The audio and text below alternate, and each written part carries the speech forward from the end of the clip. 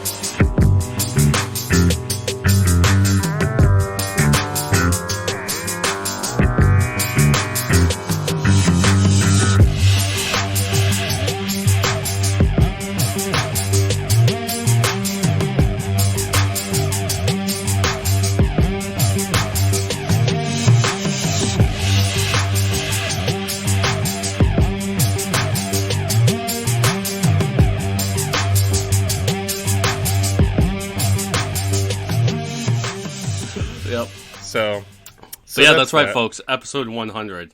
Yeah. Yes. Yeah. We made it. We made it. And I think we've been talking about what to do for episode 100, and Evan and I both have had stuff going on and yada yada. Mm-hmm. And we didn't come to any particularly interesting conclusion. We have some good ideas. We have plenty of good ideas to talk about. So when I say not interesting, I don't mean that it will be a bad episode.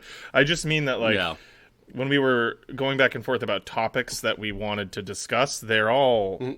And so the positive side of this brainstorm session is that Evan and I have actually come up with like a couple really solid episode ideas, but they're all like things that we need to read books for, because we do that for our research episodes now. We're trying to be much more legit. Ever since that one French lady fucking yelled at us.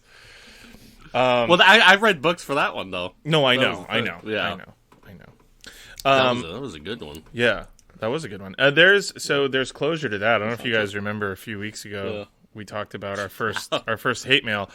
We did hear back from them, and so I just wanted to give them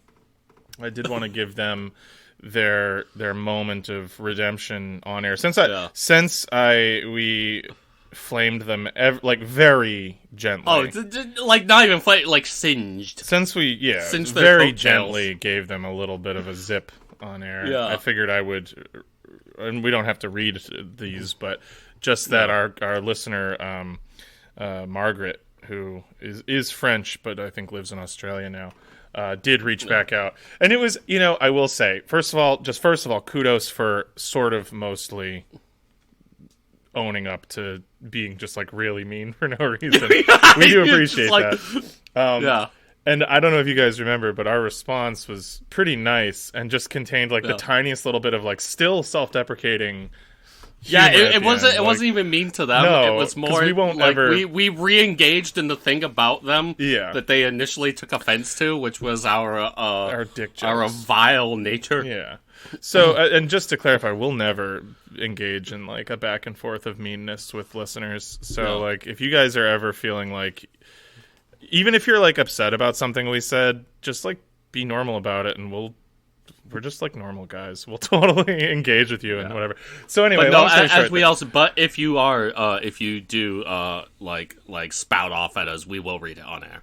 Yeah. Oh, anything that's particularly fun. If it makes us laugh, we will share it. Yeah.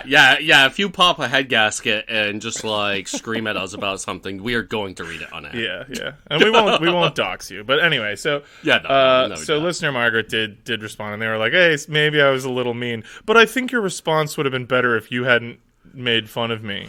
And it was like, and honestly, dude, when I read that, I immediately 180'd, and I was like, okay, actually, I respect this person. Yeah, now. that's like, I respect them for just just smoking our shit. Yeah, and then like with just the lightest with the in check, and they're like, hey, that was really mean. Kind of out of line. Like, I know I called you guys moron losers who fucking should just kill yourselves. Burp and should talk about fast food. But when you highlighted how silly that was, it made me feel really bad. But anyway, they were really pleasant and offered to send us some more information about some stuff. So who knows? Maybe you'll hear some follow up stuff about because apparently they're a close relative of theirs was from Pont Saint Esprit. Yeah, from the area, from like a nearby town. So that's pretty cool. No, they said from Pont Saint Esprit. No, they didn't. They said from a nearby town. No, they said Pont Saint Esprit.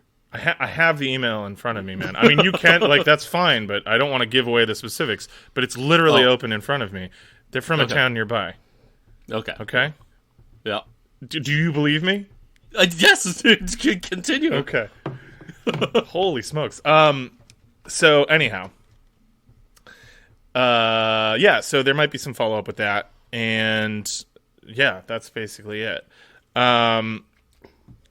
Thank you for reaching out once again. And see, isn't it great how much more kind of engaged and fun things can be when you're just like normal and nice about stuff? Like, yeah, if you had just led with, hey, you misspoke here, I have some information and family that's from the area, yada yada, would you be interested? Like, yeah, obviously. Yes, of course we'd be interested. That shit rules. Send us whatever you have. We want to read it. So hopefully more comes of that. Do you want to talk about what we were talking about before we started? Well, namely, what I want to kind of try to highlight to you guys is the way that this phone call started. So traditionally, Evan and I do these episodes over Skype. We are friends in real life, but we live far enough away that like recording is easier remotely. So at some point, our cameras will turn on, and generally I'm sitting here wearing some sort of a cap. It'll start to be like more of a beanie as the weather gets colder, and then my headphones.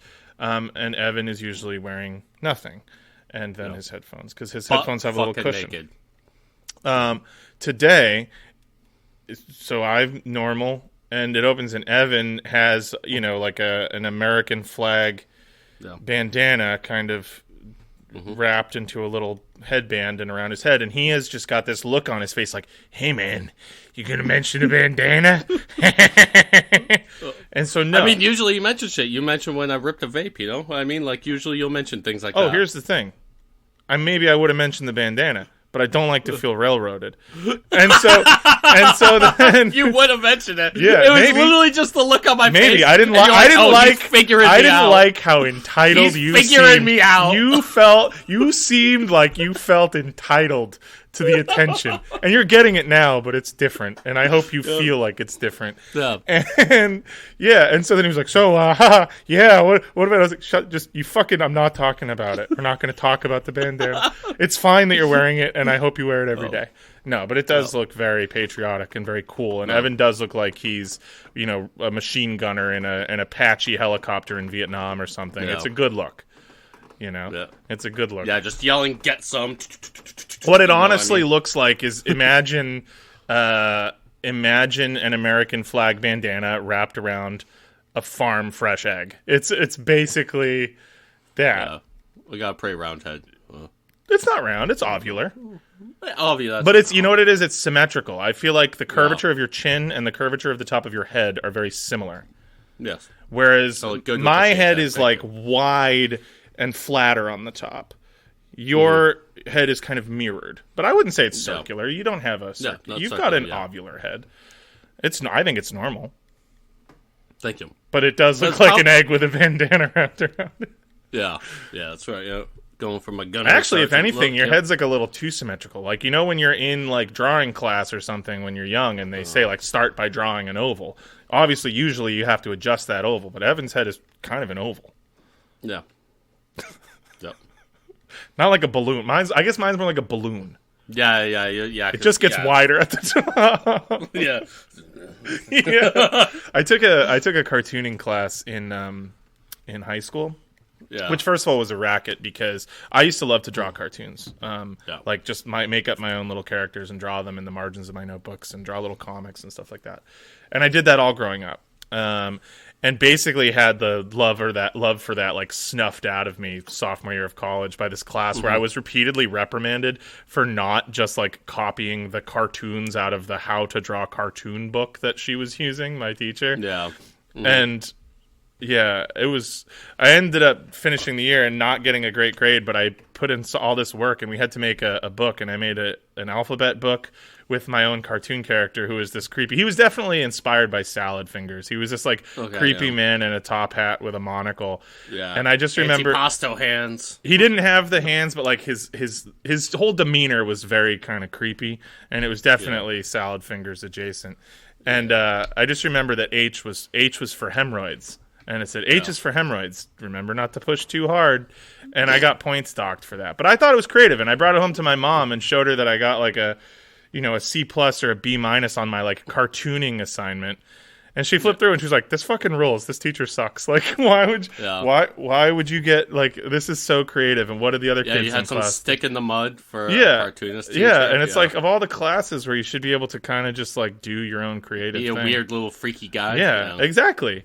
Exactly. Of all the places where I thought I wasn't going to have to mask, the cartooning class was one, but but whatever, I digress. So you had, what was it about hats? So a friend of the pod, Ian Miller, he was on tour. I believe this was a couple weeks ago, so from memory. So don't crucify me if I get all the details wrong. Okay. Or not all the details right, I suppose. If I get them all wrong, you can crucify me. But he was on tour. I'll remember that. Yeah. Better hope you get something right. He was on tour, and on like Instagram, like he had posted about how did some kind of like little survey thing because one of the members from the other band was said that it's weird for people to like wear a hat inside when they're like by themselves. You know what I mean? Like before going out or whatever, if they're just hanging out. And usually I don't do that. Sometimes if I'm really cold, I'll put on like a beanie or something. Okay. I think this was specifically about baseball caps though. But I had replied to Ian. And I was like, you know what? I would say like 90+% of the time when I podcast with Cam's wearing like a ball cap or a beanie. He's wearing some kind of hat inside of his house. I was like, I don't personally do it, but I don't think it's weird. You know, you can just wear a fucking hat inside. I mean, my whole thing is this. I guess the only reason I struggle, I've never considered it ever. Never even occurred to me to think about this, but I guess I take some sort of weird umbrage with the notion that like, is it that caps are supposed to be performative? Like, do you only wear them to showcase them to others? And it's not. Well, no, I would say maybe it's more of a utilitarian view. Like, there's no sun inside. Why would you wear a sun? Shading cap. I don't wear sunglasses inside. But like, I don't know. It's just this hat's real nice. It's comfy. It sits nice. If it's company who get, you know what? I actually take umbrage to the fact that this cocksucker thought that he could dictate what me or anybody else wears inside when nobody else is around. He's probably or even thinks about it. Probably in a cool band. Maybe that's why. I guess if you're like like a cool guy, then maybe you gotta think about this stuff because like sounds a little fascist. Someone has to. Sounds a little fascist. Yeah, I don't want to play devil's advocate because here I am wearing a ball cap inside. Yeah. It's specifically this ball cap though. I fucking love this hat. This hat, I wore this hat in Nicaragua. It's impregnated with volcano dust. It's been across the country. This is my hat. I don't know. I like this hat. I wear this hat pretty much every day, except it'll start to be cold, and then I'm going to want some ear coverage. Yeah. And at which point I'll switch to earmuffs inside. Oh. That could be the move. Yeah. The indoor earmuffs. Yep.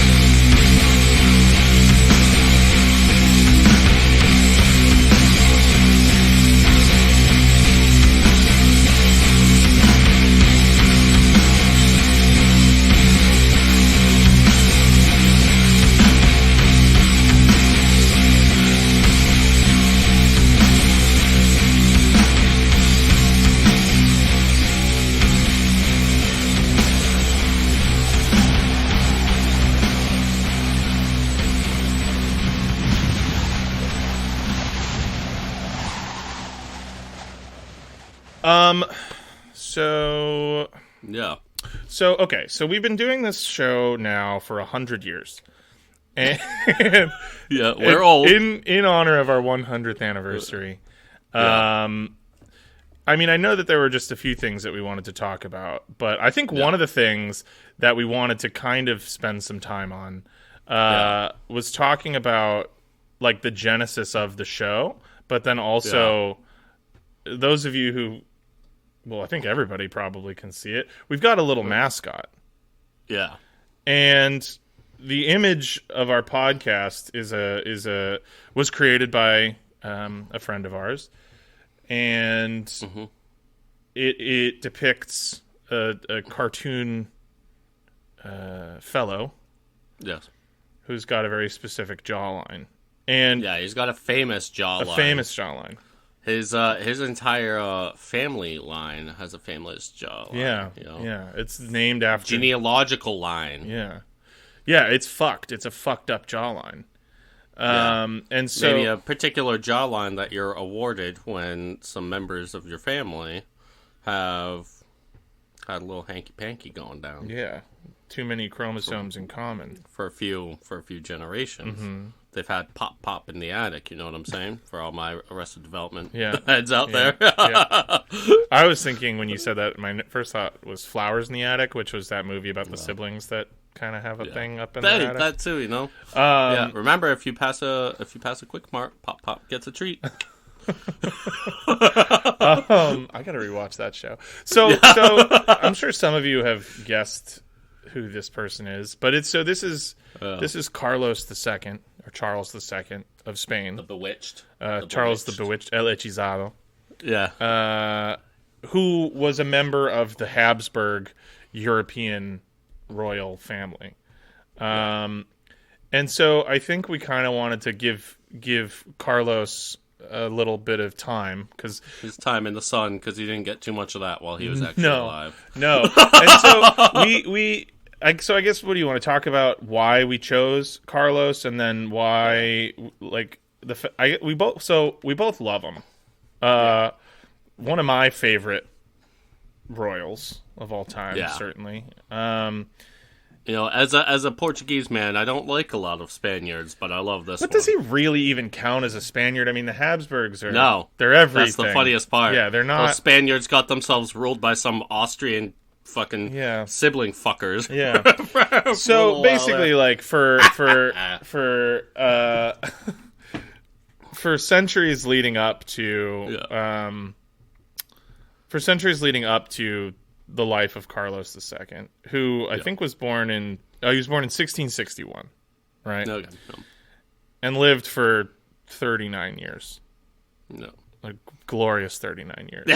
Yeah, those just soared like a fucking chariot across the heavens for those 39. And he was the heir to the Habsburg branch... or I'm sorry, the Spanish branch of the Habsburg royal house, who at this point in the 1600s and into the 1700s had married their way to the top of most of the preeminent royal houses of Europe, right? So they were in Austria, they were in the Holy Roman Empire, they were in Spain, and then they had cadet branches elsewhere. But they were the ruling houses. I think they made inroads in France, right? But they were never the ruling house of France. Yeah. But they were a big deal, and they were certainly one of the richest and most influential families in the world, and definitely in Europe. And so Carlos was the result of generations of Habsburg inbreeding. So when you think about European royalty, one of the things we now come to associate most with that is this idea of like close cousin fucking, Yeah. And there is still an element of that, and there's always been this sort of idea of like, keep royals royal, don't marry into common bloodlines. But the Habsburgs really took that to an extreme.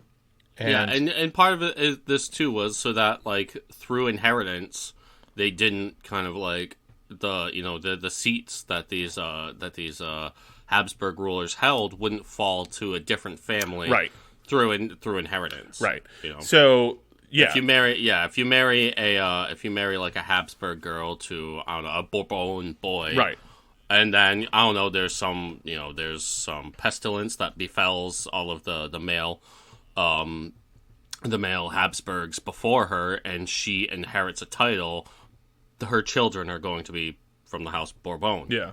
And so then the title will go to that house, and it will go outside of the Habsburgs. Right. And so it's so they came up with a real fun way to make sure that didn't happen. If you want to make sure that female cousin Habsburg over here and male cousin Habsburg over here have children that inherit all of those titles and never have to give any of them away, just marry them to each other. Don't gotta worry about those matrilineal titles passing if the women are married to the men in your family. Yes. So just keep it in the family, and you end up condensing titles and power and keeping them in the family.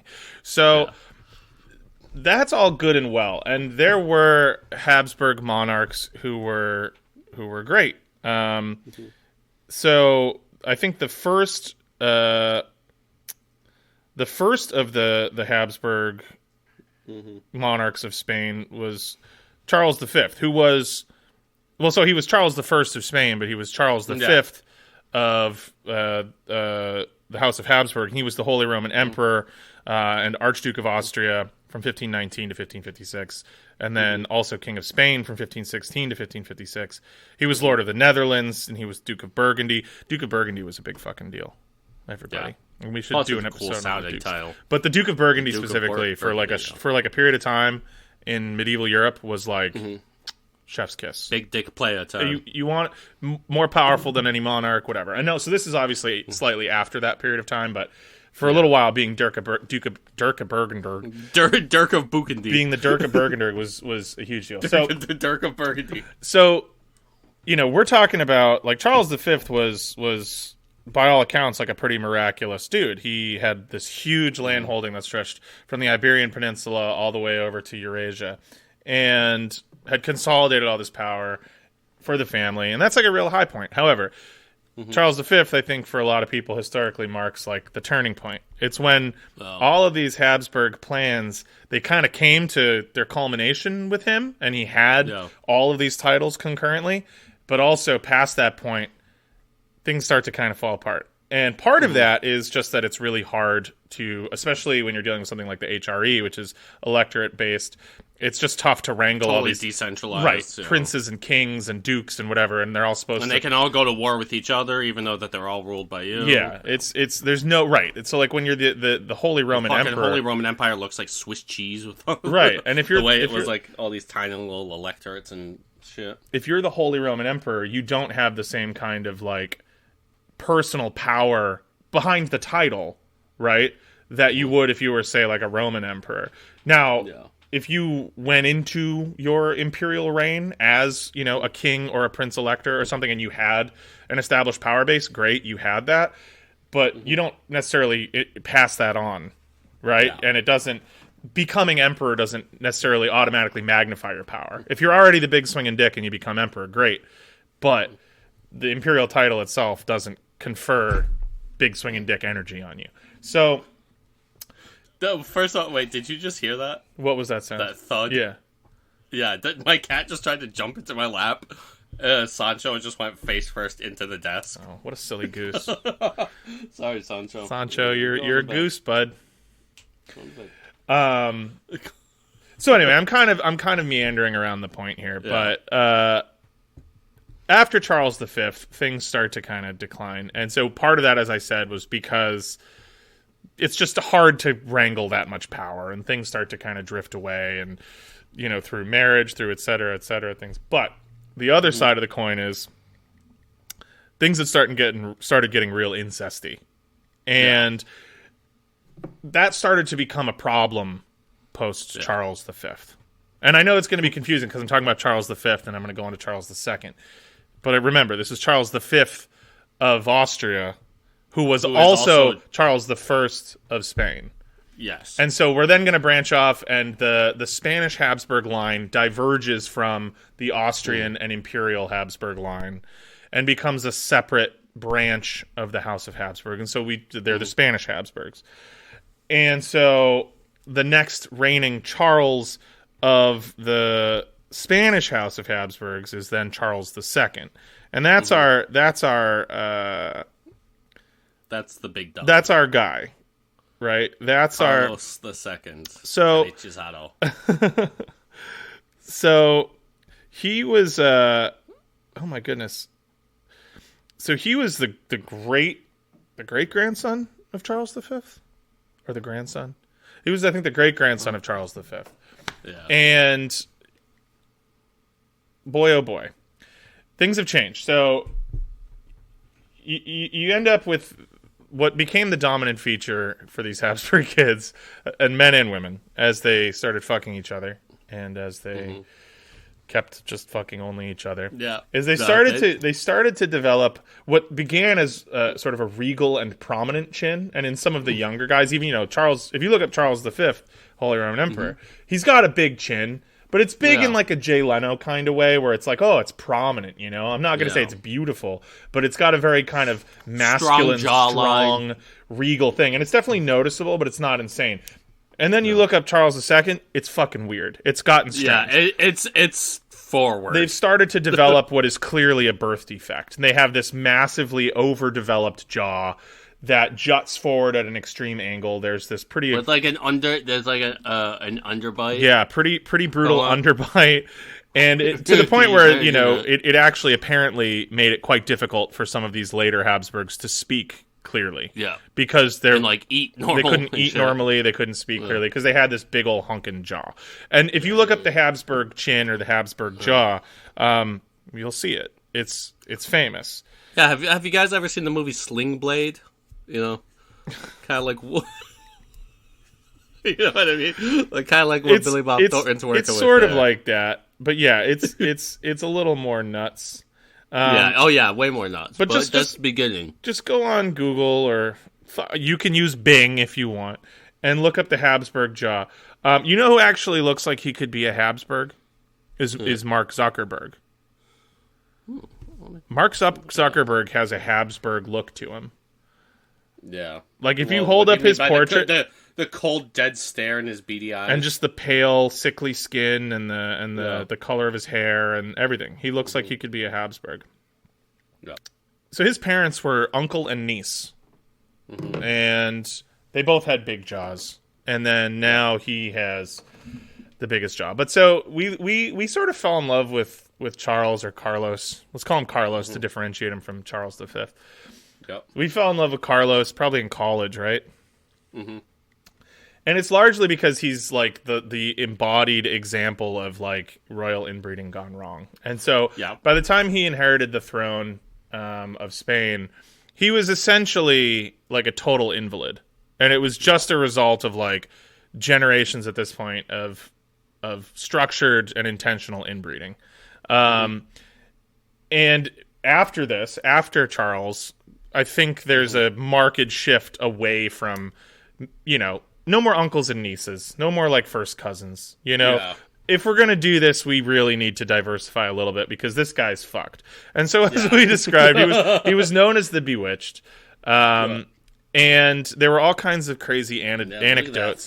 There were all kinds of crazy anecdotes about him that I think are largely why we like him so much. We love him, folks. So throughout his life, he was basically sick the whole time. Yeah. He became king at the age of 3, right, when his father died. So 1665. And from that moment on, it's pretty much all anyone in Europe is talking about is like this fucked up inbred child who's... Hey, man, have you seen the new fucking Habsburg? Right. Like, have you seen this freak they just churned out who's ruling Spain? Like, yeah, it's bad.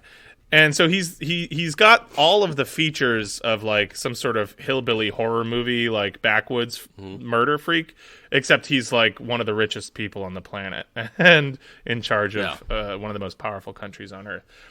So it all starts with one of my favorite quotes about Charles is from historian John Langdon Davies, which is, "Of no man is it more true to say that in his beginning was his end.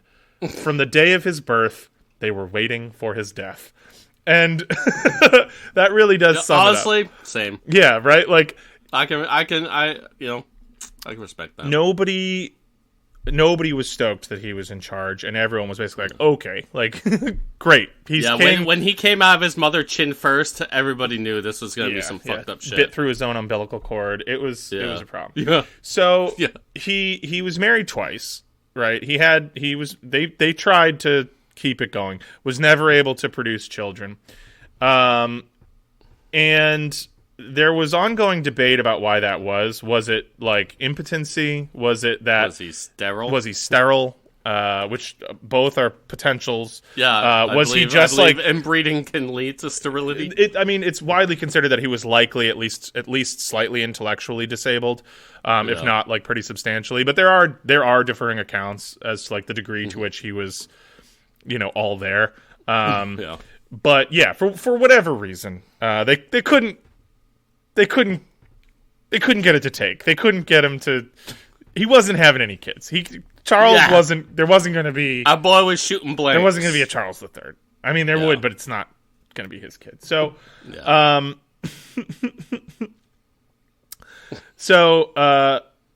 he would eventually be succeeded by Philip of Anjou, who is... a grandson of Louis XIV of France. So the house is going to change, and it's as a result of his inability to reproduce. And the vacuum that exists after his death is gonna kind of erupt in war and become a whole big thing with the royal houses all fighting over the power that this guy left behind.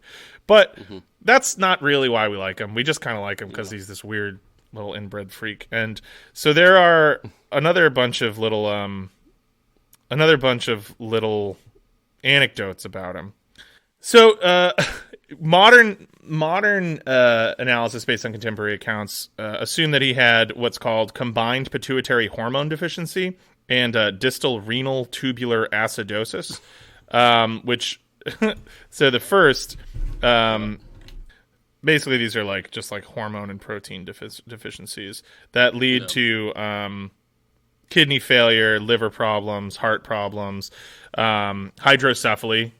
So he probably had a fluid-filled head that caused him... A wet head. Yeah, it probably caused him great discomfort, headaches, and also, potentially the aforementioned intellectual disability. As though the king is suffering from but also, like, as a kid, Lord. he was really prone to illness.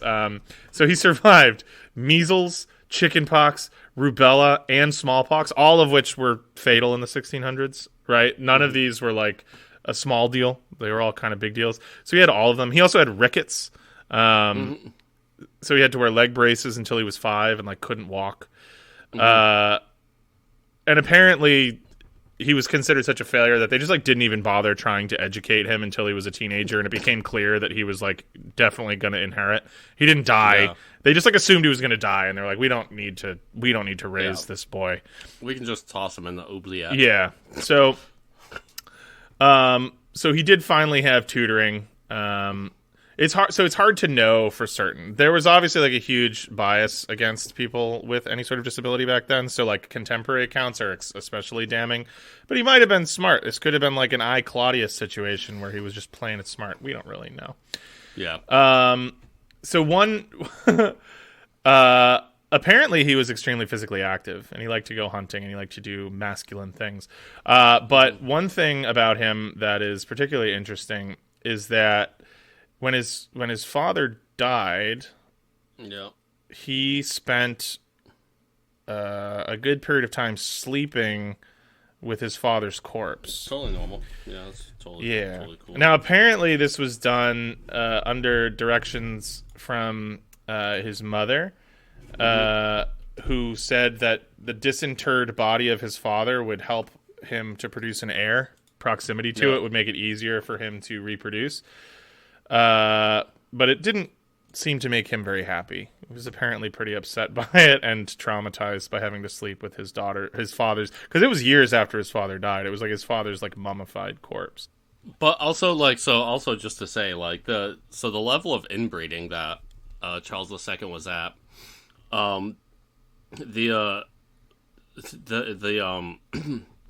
he was supposedly more inbred than what you would typically find if an uncle married their niece. So you have what's called like the F value, which is you can map genealogy and like inbreeding, and so the F value of his was higher than what you would see through an uncle niece marriage. Mm-hmm. So that's just to get an idea of what they were cooking up there. The Habsburgs. Yeah, it was aggressive. So the actual consanguinity was probably closer to due to the inbreeding, it was closer to like his parents being siblings. They were closer than uncle niece in terms of like their actual genetic similarity. Yeah. Their legal relationship was uncle and niece, but like the degree to which inbreeding had taken place was like far more than what you'd expect. Yeah, so like right, like your uncle, if you're a nephew or a niece of an uncle, they were closer genetically than you are to that person, just because of how much effort had gone into that. So when he was young and they were trying to arrange his marriage, here's another anecdote. I always say anecdote. I don't know why. Maybe is that a New England thing? Do other people say anecdote, or is that just me? I think that's just you, man. Oh, man, I just fuck up. Like, I know it's not that, but I like to say that's anecdote. So he was betrothed to Marie-Louise of Orleans, who's the eldest niece of Louis XIV of France and the daughter of Philippe I, Duke of Orleans. And when the French ambassador accompanied her to meet her betrothed, he remarked in a letter back to court that, quote, Charles was so ugly as to cause fear and looks ill. So, like, if you look him up, there are lots of portraits of him. And something that I always like to think about with Carlos is, like, what we see of him are, like, professionally done portraits attempting to look as good as possible while still clearly being a portrait of him. I would be so interested to know what this young man actually looked like in real life. Yeah. Because it was definitely way worse than the painting. Yeah, because the paintings aren't good. Because they're painting in a way that they're like, all right, I don't really want to get thrown in prison for this painting. Right. It needs to be clear that I'm painting this guy. I need to make him look as good as possible without outright just like changing his face. No. So apparently he was horrible horrible to perceive. So Marie-Louise later claimed that he was a pretty brutal premature ejaculator, and that he would come basically instantly whenever he was stimulated at all. So that was that was part of it. He also was potentially infected with herpes, at birth, and so that also, because back then, nice. A lot of people had herpes, and so he was infected with herpes at birth. And there was some physician who described his body after he died. Yeah. Okay. Here we go. So eventually he dies, right? He dies in November 1st of 1700, 5 days before he turned 39. And the autopsy records of his death are hysterical. And Evan and I have spent a long time. I don't necessarily need to read this, but I want to get it exactly right. Yeah. So the autopsy records of Charles II. With the language of the time, makes it so much funnier. It's very factual, like matter of fact. They record that his heart was the size of a peppercorn. I love it. His lungs corroded, his intestines rotten and gangrenous. He had a single testicle, black as coal, and his head was full of water. So again, there's that hydrocephaly. He had 3 large stones in his kidney as well. Yeah. Another quote from the time, quote, "It is incomprehensible how this monarchy survives." He was something. And then there's the other quote, which I can't find, but basically that about how Charles during his life would continually baffles Christendom by continually baffling. It was something like he was already in the grave by the time he was born, yet he repeatedly baffled Christendom by continuing to live. Dude, what a thing. So anyway, I don't know, we've been kind of rambling on and on, but so that's our mascot. It's Charles II. Yeah. We love him because he's the demented, culmination of the Habsburg inbreeding project. And he was just a miserable sod.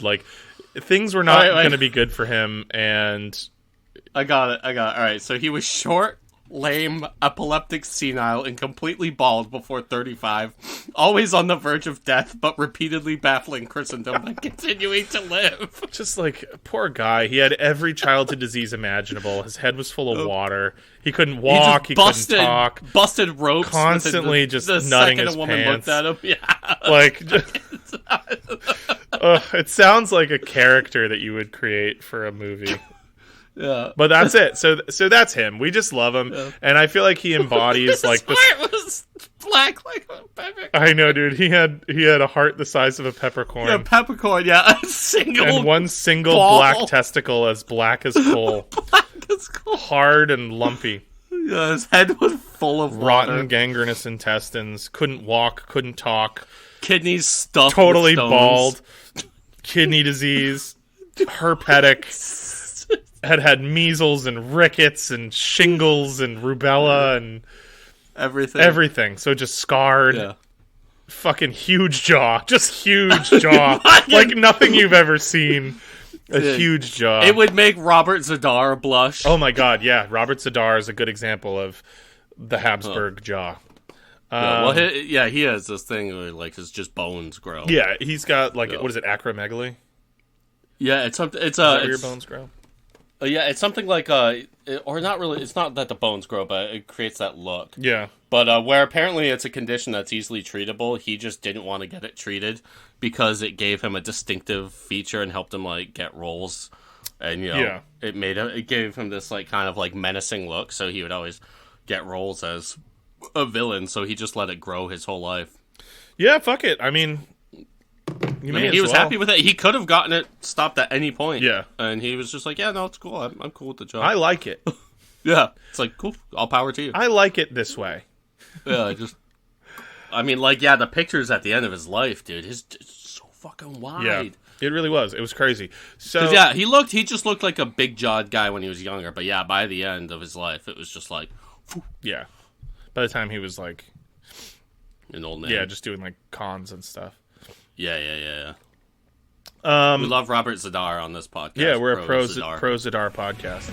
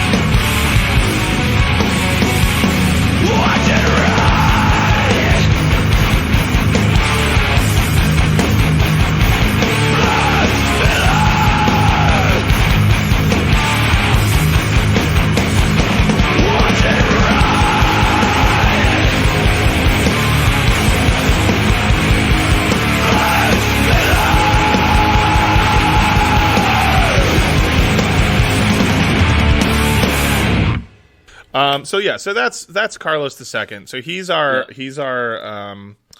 pod mascot. Our pod mascot. That's why we chose him, just because he's kind of sad, but also kind of funny and unique and quirky, and it's just an odd little thing. And so we were thinking about doing like a whole fleshed out episode on him, but the main book that we could find about Carlos is out of print, and it's like a translation from an old Spanish book, and it's like $150. And that's just like not something we're probably going to buy at this juncture. The day might come. But I think that's a good segue into our next subject of conversation, which I'll let Evan take the lead, but we wanted to celebrate, I guess, our 100th episode by trying to kind of propel ourselves forward a little bit in terms of like what we're actually able to access and accomplish for the show.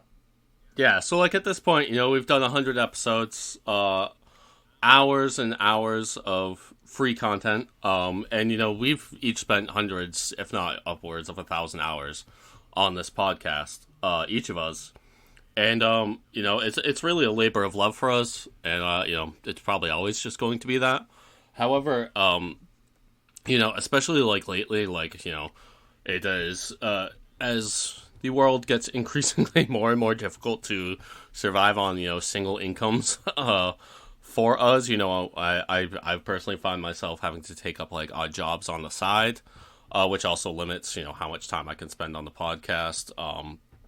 But so Cam and I, we decided that now on episode 100 is the time for us to launch our Patreon, which for the time being is going to be totally donation by donation. You know what I mean? We're not going to do any exclusive content yet.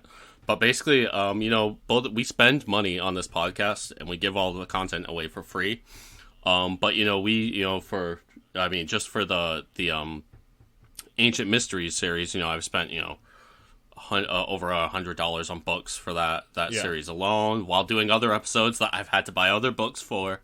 And I know Cam, he's had buy books for his series as well. He's been able to go to the library for some, but has done something like 4 books or for his Genghis Khan series. And we have to pay for hosting fees for the podcast. Yeah, which isn't a lot, but it adds up. And we bought all the equipment and all. It's an ongoing thing. But and on top of all that, we want to do more. Like that's the thing. We feel like we've kind of plateaued a little bit in terms of like what we have access to and what we're able to put out. So we just thought that the Patreon would be a good idea, and we would love to move towards a model where that's successful enough that we can then not only justify but actually feasibly accomplish creating bonus episodes where we're adding a layer of content relative to donations and donation tiers and things like that. But right now, I think we're really just thinking about like how do we propel this thing to kind of the next level. And with the type of content we do and the type of guys we are, scrounging for like corporate sponsorship has never really been something we were interested in. If anything, like downright disinterested in. So we figured that, crowdsourcing was a good way to kind of, try to grow the podcast. So I think the idea is that nothing gained from it will ever be put towards anything but like just feeding back into the business, at least when we're at this stage of asking for donations.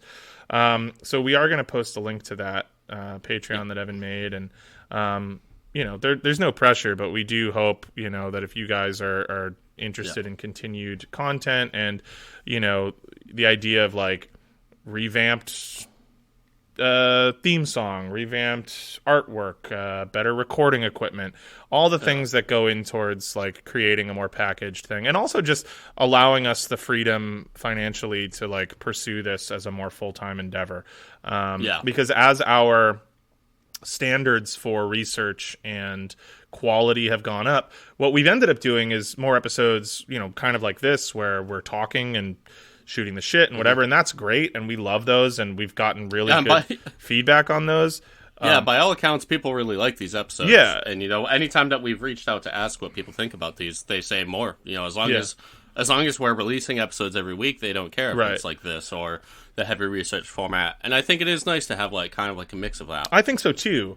But we still want to do the research episodes, and as the demand for what we need to make those actually good increases, it cuts into what we have to do to just like stay alive. So we never want. I think we talked about this for a long time. We do, and we talked about this for a long time before we did it. And the last thing we want is for things to come across like we're like scrounging for something here. It's more just like, this is a product that we care a lot about, and as our desire to have it be better has increased, the needs of it have increased, and so we're hoping that some of you guys kind of feel similarly. And if you are with Extra and you have the ability to share with two independent creators who are just doing this because we've got some unscratchable itch to have our silly little voices be heard. But if you like it, we would be totally stoked to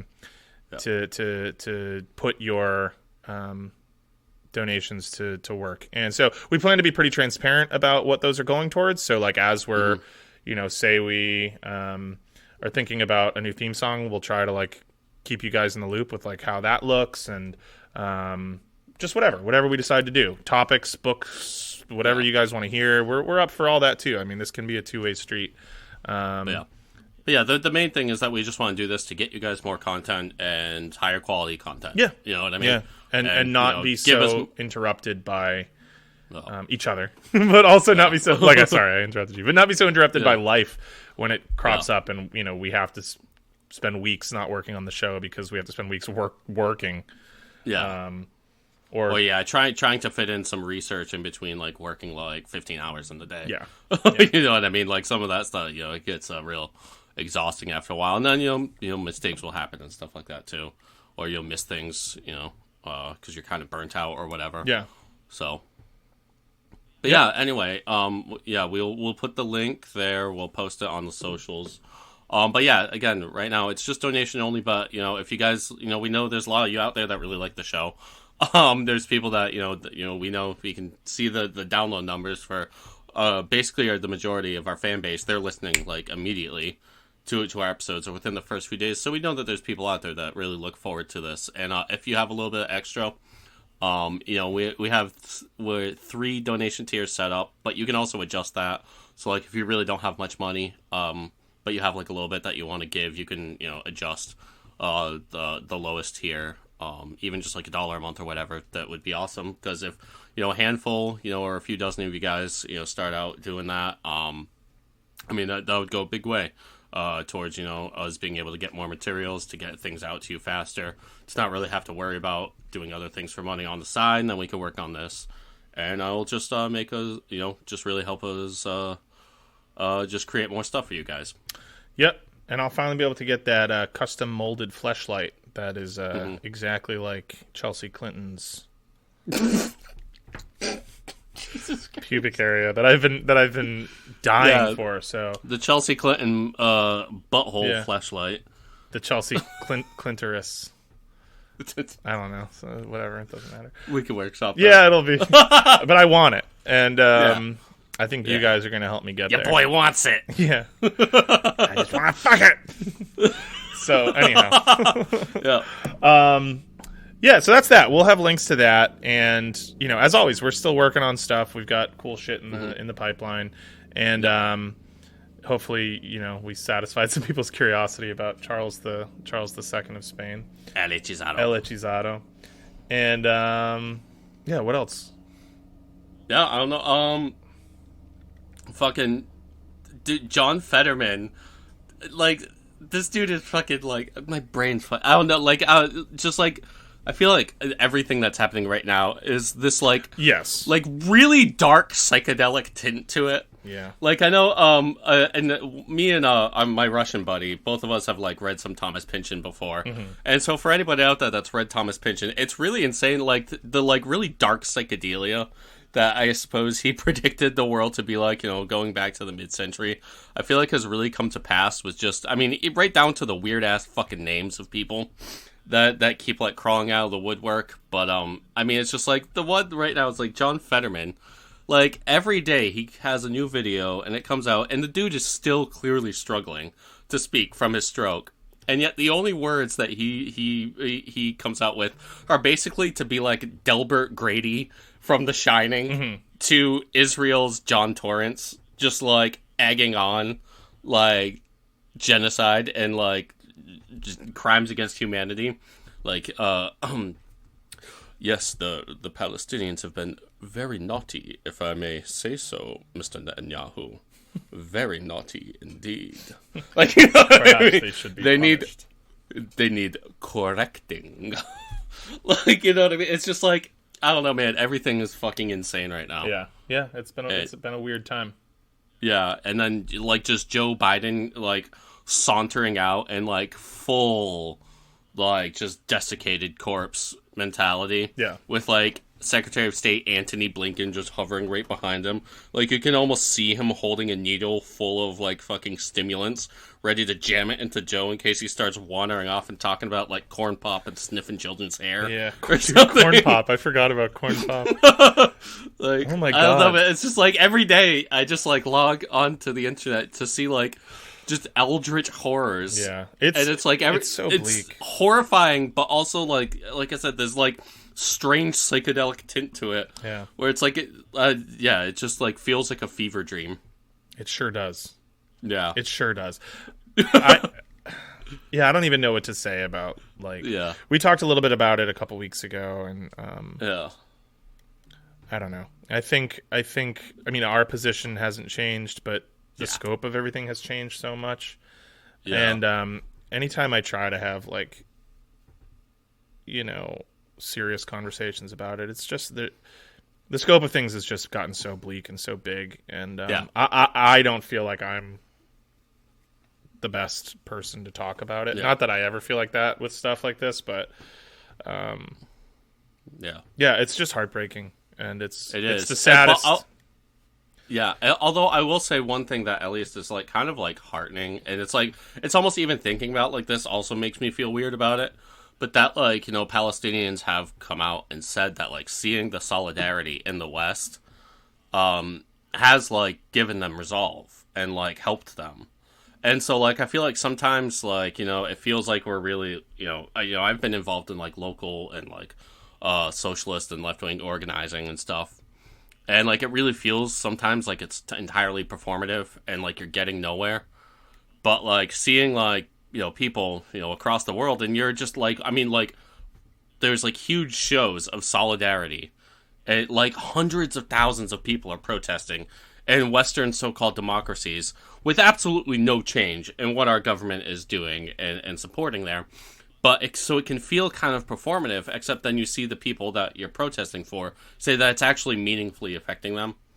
And I think, I think a lot of times here in the West, especially people on the left here in the West, it can, you know, there's sort of this like doomer mentality, or like this idea that like everything you're doing is performative, and like, you know, maybe it might feel like that, but it's not, you know what I mean? Like these things actually matter.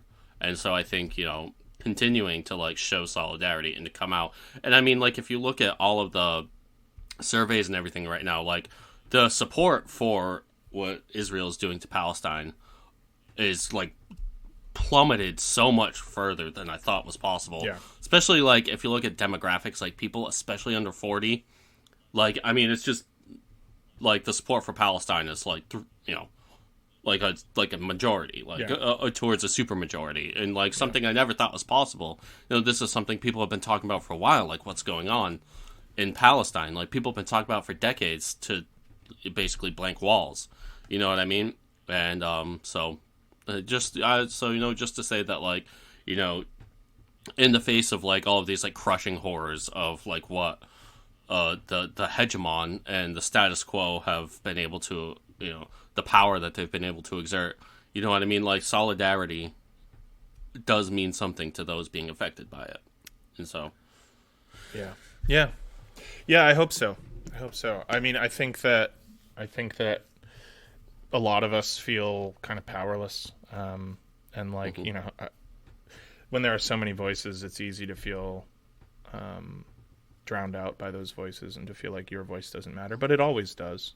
And but it's the collective voice. It's the collective voice, and it's, you know, it's little things like, you know, calling your Congress people, you know, that seems, you know, I've struggled in the past with feeling like that's, you know, can seem kind of performative, you know, and maybe it is, but engaging in whatever way you can to let that collective voice build strength. I mean, I would say like showing collectivity, like going out in protests, sure, in marches. Yeah, if you have that available to you, like these images of like hundreds of thousands of people in the middle of London and like in New York and all that shit, like that like means something. Like even if like your country's not interpreting that or your country's not responding to it, I'm sure as shit people in other countries are. Yeah, they're seeing what's going on. Yeah, and the reason that your country's not responding to it is because they're hoping that by just ignoring it, it goes away,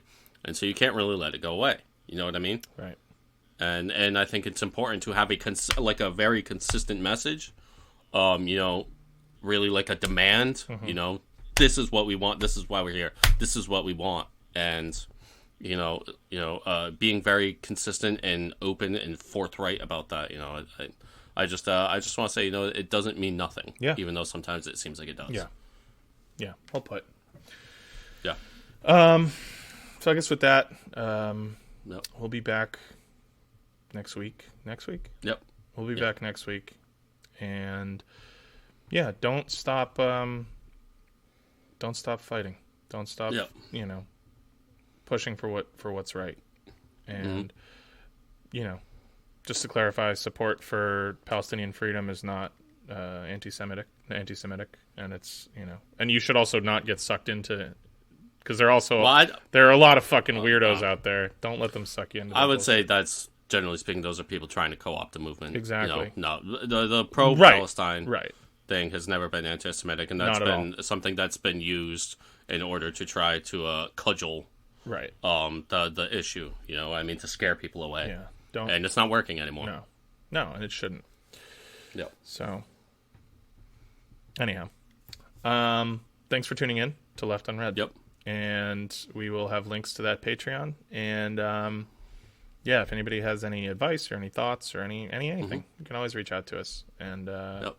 Well, yeah, we've gotten some more nice emails as well too, which we always like. We always like getting nice. Keep emails. reaching out. Yeah, please do. And we'll be back, and we'll keep you guys appraised with any new projects that we're working on, because Evan and I have been meeting consistently and trying to figure out what the next step is after episode 100. I mean, the next 100 episodes have to be something great. So we're not going anywhere. We've decided. Yep. We've decided to renew our vows to one another. Yep. That's right. All right. Yep. You guys have a great week, and we will see you